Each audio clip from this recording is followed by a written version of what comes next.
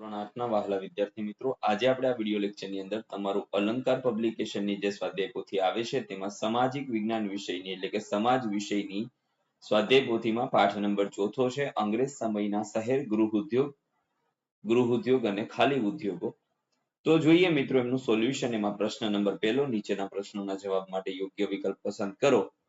હવે પ્રશ્ન નંબર 1 છે એમાં ઈસ્ટ ઇન્ડિયા કંપનીએ 100 વર્ષના શાસનમાં કોને કંગાળ બનાવી દીધું? તો એમાં આવશે ભારતને. બીજું છે બ્રિટિશ રાજવીને મુંબઈ ટાપુ કોણે દહેજમાં આપ્યો હતો? તેમાં આવશે પોર્ટુગીઝોએ. ત્રીજું મુઘલ યુગમાં કયું સ્થળ પશ્ચિમ વેપારનું મહત્વનું વાણિજ્ય કેન્દ્ર હતું? તેમાં આવશે સુરત. ચોથું ફોર્ટ વિલિયમ કિલ્લો પાછળથી કયા શહેર તરીકે વિકાસ પામ્યો હતો? તેમાં આવશે કલકત્તા. પાંચમું સલ્તનત અને મુઘલ શાસનમાં રાજધાનીનું નગર કયું હતું? તેમાં આવશે દિલ્હી.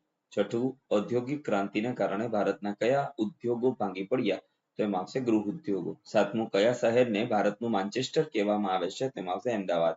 આઠમું ચાકસીમાં સર્વપ્રથમ કોણે લોખંડનું કારખાનું સ્થાપ્યું? તેમાં આવશે જમશેદજી તાતાએ.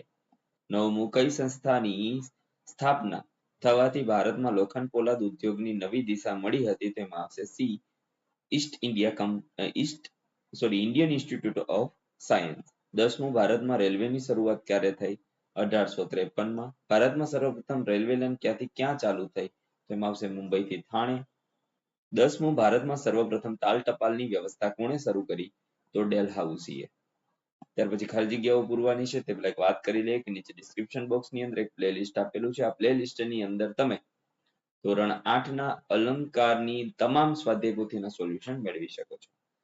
બ્રિટનના સમ્રાટ ચાર્લ્સ બીજાના લગ્ન પોર્ટુગીઝની રાણી સાથે થયા હતા, રાજકુમારી સાથે થયા હતા. બીજું સુરતનું જરી કામ ખૂબ જ પ્રખ્યાત હતું.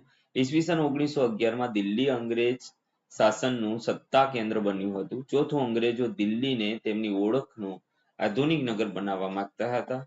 પાંચમું ઈસવીસન 1640માં મદ્રાસ પાસે અંગ્રેજોએ ફોર્ટ સેન્ટ જ્યોર્જની સ્થાપના કરી. છઠ્ઠું ભારતના વણકરો દ્વારા બનાવેલી બાંધણી અને પટોળા સાડીઓ ખૂબ જ જાણીતી હતી. સાતમું ઇંગ્લેન્ડના ઉદ્યોગોના વિકાસ માટે અંગ્રેજો ભારતના વધુને વધુ પ્રદેશો પર શાસન સ્થાપવા માંગતા હતા. આઠમું ભારતીય મલમલ અને પટોળા પોતાની પાસે હોવા એ અમીરોની ઓળખ ગણવામાં આવતી હતી. નવમું ભારતના અમદાવાદમાં 106 જેટલી કાપડની મિલો શરૂ થઈ હતી. દક્ષિણ ભારતમાં મદુરાઈમાં કાપડ ઉદ્યોગનો વિકાસ થયો.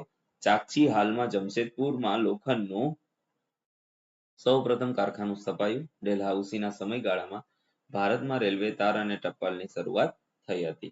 હવે મિત્રો ખરા ખોટા છે એમની અંદર પહેલું ખોટું, બીજું સાચું, ત્રીજું સાચું, ચોથું ખોટું, પાંચમું સાચું, છઠ્ઠું ખોટું, સાતમું સાચું, આઠમું ખોટું, નવમું સાચું, નવમું સાચું અને 10મું પણ સાચું.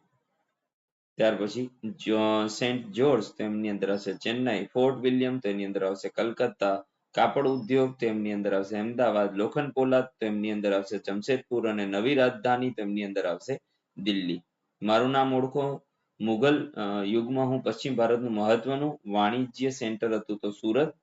અંગ્રેજ મને તેની ઓળખનું આધુનિક નગર બનાવવા માંગતા હતા તો દિલ્હી. મેં ગુજરાતની સર્વપ્રથમ કાપડ મિલની શરૂઆત કરી તો રણછોડલાલ. મેં ભારતમાં સર્વપ્રથમ લોખંડ પોલાદનું કારખાનું સ્થાપ્યું તો જમશેદજી તાતા. મેં ભારતમાં રેલવે તાર અને ટપાલની શરૂઆત કરી ડેલહાઉસી. હું ભારતનું માન્ચેસ્ટર ગણાવું છું તો અમદાવાદ. હવે આવ્યા પ્રશ્ન તો મિત્રો અહીંથી આપણે ધીમે ધીમે સ્ક્રોલ કરી દઈશું જેથી કરીને વિડિયો લેક્ચર લાંબો ન થાય અને કંટાળારૂપ ન બને અને તમે શાંતિથી લખી શકો. તો ચાલો મિત્રો, જો વિડિયો લેક્ચર પસંદ પડે તો લાઈક કરી દેજો. સાથે સાથે તમારા મિત્રો સાથે શેર કરી આપણી ચેનલને સબસ્ક્રાઇબ કરવાનું ભૂલશો નહીં.